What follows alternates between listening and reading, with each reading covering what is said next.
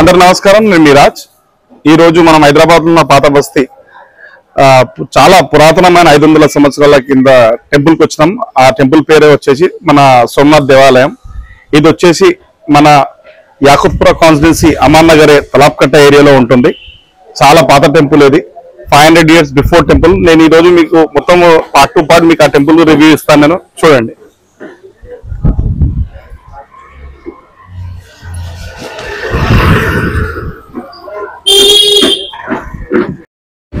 ఇదే మన temple entrance. ఇది అడ్రస్, మన పంతులు గారి పేరు.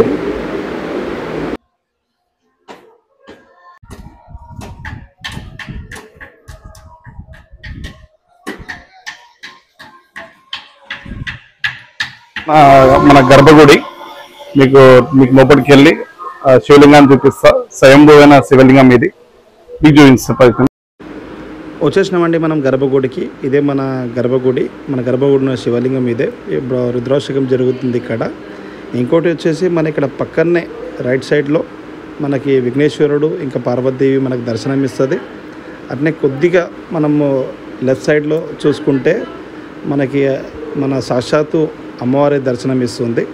ఇప్పుడు మీరు ఇక్కడ చూడవచ్చు దర్శనం అమ్మవారి దర్శనం కూడా చేసుకోవచ్చు. ఇంకోటి మనకి ఇక్కడ స్పెషల్ పూజ ఏంటంటే మన శివలింగానికి అన్న పూజ అనేది చేస్తారు. ఆ అన్న పూజ అనేది మనకు మనసులో కోరుకున్న కోరిక నెరవేరితే ఇక్కడ వచ్చే భక్తులు అన్న పూజ చేయించుకుంటారు. రైస్తో చేస్తారు ఇది మొత్తము.